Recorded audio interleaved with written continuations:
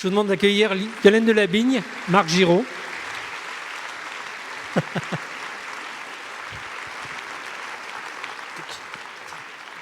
Hop.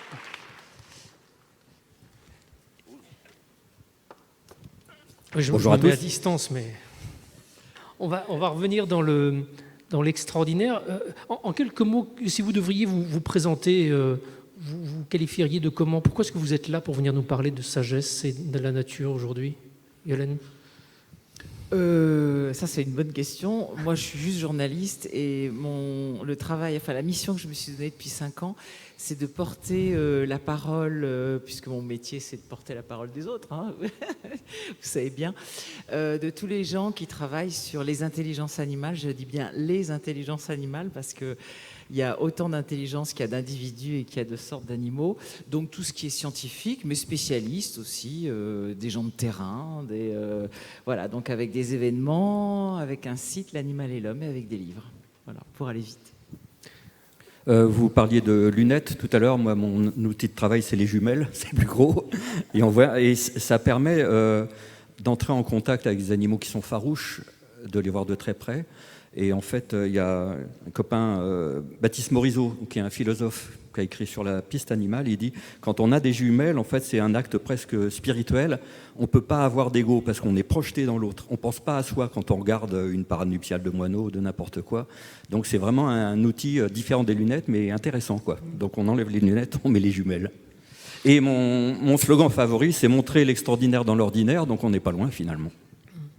Alors, il y a quelque chose, bon, on va entrer dans le vif du sujet. J'aimerais qu'on déconstruise un petit peu, parce que même si on est ici avec une grande ouverture d'esprit, une grande curiosité, et en étant prêt à considérer la nature comme un espace beaucoup plus riche qu'on l'imagine, on reste, avec ces paires de lunettes dont je parlais tout à l'heure, des Occidentaux qui considérons la nature un peu comme un espace à distance, un espace qui est là pour nous réjouir, nous servir ou nous satisfaire le regard. Et on reste un peu à distance. Quelles sont les dimensions cachées qui vous ont peut-être éveillé sur la possibilité que c'était autre chose que ça? Je pense qu'on est en train de vivre une révolution incroyable depuis, je dirais, une 50aine d'années, on va pas donner, mais en gros avec d'abord l'ouverture du public, la preuve, cette salle en est vraiment une preuve vivante. On est aujourd'hui prêt à accepter des choses sur la nature, sur les femmes, sur les animaux qu'on ne pouvait pas accepter il y a encore quelques années. Et puis la biologie, l'éthologie sont des sciences qui ont énormément changé notre regard. Et donc, en fait, ça appelle la tolérance. C'est ça que j'adore, moi, dans ce combat-là. C'est que Darwin avait dit, dès qu'il y a du vivant, il y a de l'intelligence. Le ver de terre, j'adore prendre le ver de terre comme exemple, parce qu'il n'y a pas plus méprisé, je pense, qu'un ver de terre. Le ver de terre est incroyablement intelligent, c'est le meilleur agriculteur. Hein. Donc, d'ailleurs, on va envoyer des vers de terre sur Mars pour analyser la terre, ce sont les meilleurs. La fourmi, qui a un petit cerveau ridicule, qui a une espèce de petit machin que vous écrasez, la fourmi a une intelligence collective qu'on n'est pas prêt d'avoir, et elles sont capables de construire des cités, d'envahir des continents. Enfin, c'est hallucinant ce que sont capables de faire les fourmis.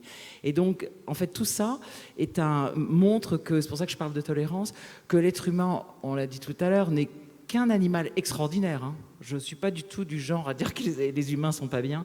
On a une intelligence abstraite fabuleuse, on a fait des choses magnifiques, mais on est une intelligence parmi d'autres. Et on découvre aujourd'hui qu'en fait, partout, les arbres, on en a parlé tout à l'heure, mais partout, tout ce qui est autour de nous est une intelligence extraordinaire, une espèce de reliance fabuleuse qui fait cette nature merveilleuse. Donc ça, c'est en soi, et là, il y a par contre une urgence plus grave, c'est qu'on est dans une époque un peu pathétique, vous le savez bien. Là, on a atteint quand même un niveau de non-retour sur la dégradation de la nature. Et donc, nous avons besoin des animaux parce que eux, ils ont gardé les pieds sur terre. Nous, on est parti un peu, comme on est très abstrait, on est parti un peu dans les nuages. Eux, ils ont gardé cette intelligence écologique que nous avons perdue et dont nous avons absolument besoin. Donc, prendre comme modèle, on en reparlera peut-être avec des exemples, les loups, par exemple, les loups, je prends exprès des animaux mal aimés qui sont des pères de famille magnifiques et des grands maîtres de l'écologie.